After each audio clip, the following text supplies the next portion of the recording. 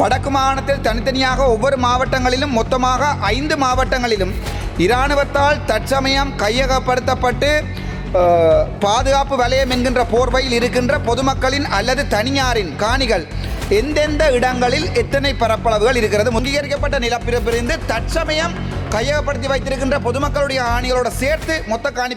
நன்றி சபாநாயகர் அவர்களே. பாராளுமன்ற நிலையியல் கட்டளை சட்டம் 27(2) அமைவாக பாதுகாப்பு பிரதி அமைச்சர் அல்லது பாதுகாப்பு அமைச்சரிடம் கேட்கப்படுகின்ற கேள்விகள்.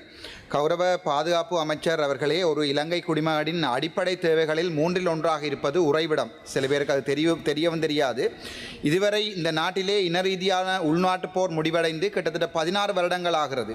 கடந்த 76 வருட அரசாங்கங்களை இந்த நாட்டின் சாபங்கள் என்ற பரப்புரை செய்து புதிய சிங்கள தமிழ் மக்களுக்கு இடையிலான உறவினை மேம்படுத்துவோம் என்ற துணியின் அடிப்படையில் தங்களுடைய அரசாங்கம் மக்களின் பெருமளவான ஆதரவை பெற்றது. அதே நேரம் தங்களுடைய ஜனாதிபதி அன்றகுமார சாநாயக்க அவர்கள் இதுவரை தமிழ் மக்களுக்கு கொடுத்த வாக்குறுதிகளில் ஒரு சிறு பகுதியை ஏனும் மனச்சுத்தியுடன் செயற்படுத்தவில்லை. 2000ஆம் ஆண்டுகளில் உள்நாட்டு போரை ஆரம்பிப்பதற்காக தங்களுடைய ஜேவிபி கட்சி கண்டியிலிருந்து கொழும்பு நோக்கி பயணத்தை மேற்கொண்டதையும் இச்சன்பத்தில் சுட்டிக்காட்ட விரும்புகிறேன். அந்த பயணத்திலே இருந்த எங்களுடைய அமைச்சர் சந்திரசேகர் கூட எனக்கு முன்னால் அமர்ந்திருக்கிறார். இருந்து மக்கள் தங்கள் மீது வைத்த நம்பிக்கைக்கு தங்களுடைய ஜனாதிபதி மக்களின் காணி மக்களுக்கே என்ற தொனியில் தொடர்ந்தும் தமிழ் மக்களை ஏமாற்றி வருகிறார் என்பதுதான் நிதர்சனமான உண்மை. வடக்கு கிழக்கு மாகாணங்கள் தவிர்ந்த மாகாணங்களிலும் ஒரு இனத்திற்கான எதிரான இன ரீதியிலான அடக்குமுறை இதுவரை கட்டவிழ்த்து விடப்படவில்லை. இருப்பினும் கடந்த 40 வருட கால உள்நாட்டு யுத்தத்தால் பாதிக்கப்பட்ட தமிழ் மக்கள் தற்போதும் அதே நிலையில் தான் இருக்கிறார்கள் என்பதை இங்கே குறிப்பிட விரும்புகிறேன். குறிப்பாக இடம்பெயர்வின் பின்னர் தங்களுடைய சொந்த வாழ்விடங்களுக்கு திரும்ப முடியாமலும் அதே நேரத்திலே பரம்பரையாக வந்த சொந்த தொழிலை செய்து கொள்ள முடியாமலும் இந்த அரசாங்கம் தமிழ் மக்களுக்கு இன ரீதியிலான அரசியல் வன்முறைகளை கட்டவிழ்த்து விட்டு கொண்டே இருக்கிறது என்பதுதான் முக்கியமான விடயம். இதன் ஒரு அங்கமாக இராணுவத்தால் கையகப்படுத்தப்பட்ட தமிழ் மக்களின் பூர்வீக காணிகளை விடுவிப்பதற்காக தமிழ் மக்கள் சகாப்தங்களாக அரசியல் ரீதியாக ஜனநாயக ரீதியாக போராடி வருகிறார்கள். அண்மைய தினத்தில் கூட ஜனாதிபதி சொல்லியிருக்கிறார், பலாலியினுடைய கிழக்கு பகுதியில் பலாலி வீதியினுடைய கிழக்கு பகுதியில் உள்ள காணிகளை விடுவிப்பதாக. ஆனால் தமிழ் மக்களின் பூர்வீக காணிகளை விடுவிப்பதாக தமிழ் மக்கள் சகாப்தங்களாக அரசியல் ரீதியாக போராடி வருகின்ற போதும் இந்த விடயம் தொடர்பாக பின்வரும் வினாக்களை உங்களிடம் கேட்க விரும்புகிறேன். ஒன்று, வடக்கு மாகாணத்தில் தனித்தனியாக ஒவ்வொரு மாவட்டங்களிலும் மொத்தமாக 5 மாவட்டங்களிலும் இராணுவத்தால் தற்சமயம் கையகப்படுத்தப்பட்டு பாதுகாப்பு வலயம் என்கின்ற போர்வையில் இருக்கின்ற பொதுமக்களின் அல்லது தனியாரின் காணிகள் எந்தெந்த இடங்களில் எத்தனை பரப்பளவுகள் இருக்கிறது? முதலாவது கேள்வி. தனித்தனியாக ஒவ்வொரு மாவட்டத்திலும் இராணுவத்தால் கையகப்படுத்தப்பட்ட காணிகளின் விஸ்தீரணத்தையும் அவற்றின் இருப்பிடத்தையும் குறிப்பிடவும். 2வது கேள்வி, யாழ் மாவட்டத்தில் வலிகாமம் வடக்கு பிரதேசத்தில் அமைந்திருக்கின்ற பலாலி சர்வதேச விமானம் சட்ட ரீதியாக கொண்டிருக்கின்ற மொத்த நிலப்பரப்பு எவ்வளவு? சட்ட ரீதியாக கசட் பண்ணப்பட்ட மொத்த நிலப்பரப்பு எவ்வளவு? 3வது, பலாலி விமான நிலையம் தற்போது கொண்டிருக்கின்ற நிலப்பரப்பு எவ்வளவு? அதாவது சட்ட ரீதியாக அங்கீகரிக்கப்பட்ட நிலப்பரப்பிலிருந்து தற்சமயம் கையகப்படுத்தி வைத்திருக்கின்ற பொதுமக்களுடைய ஆணிகளோடு சேர்த்து மொத்த காணிப்பரப்பு எவ்வளவு?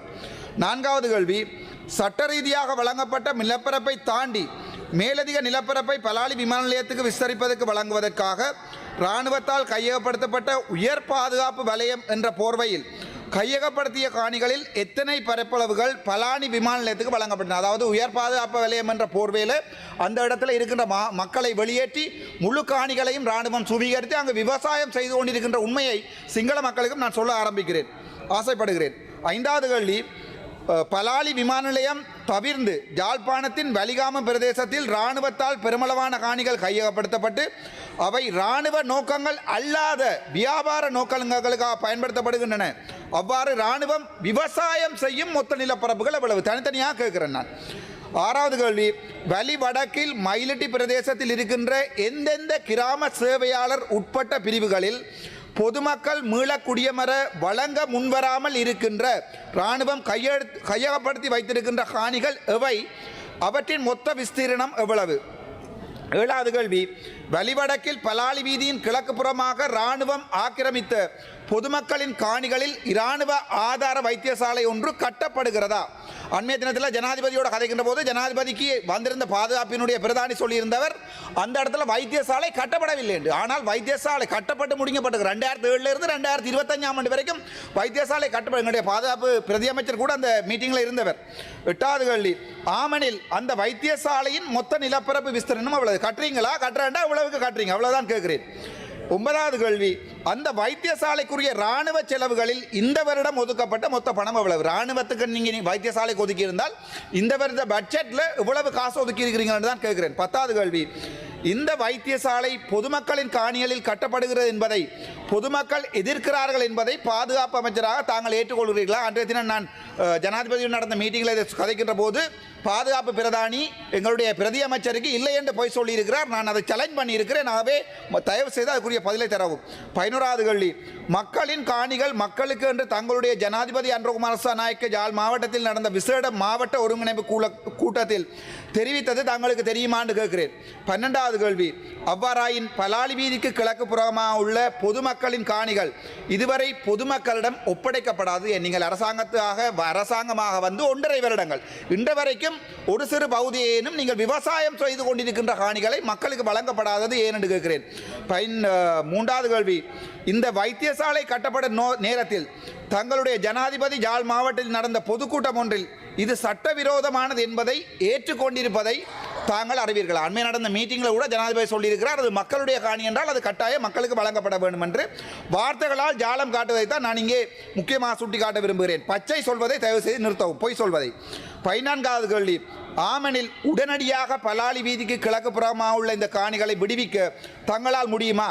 அவ்வாறாயின் அவை விடுவிக்கப்படும் திகதி என்ன? ஓம் என்று சொல்லி மாற்ற வேண்டாம், தயவு செய்து எங்களுக்கு அது விடுவிக்கப்படும் திகதியை அண்மையில் ஜனாதிபதி சொல்லியிருந்தவர் பிரதி அமைச்சரோட போய் என்னையும்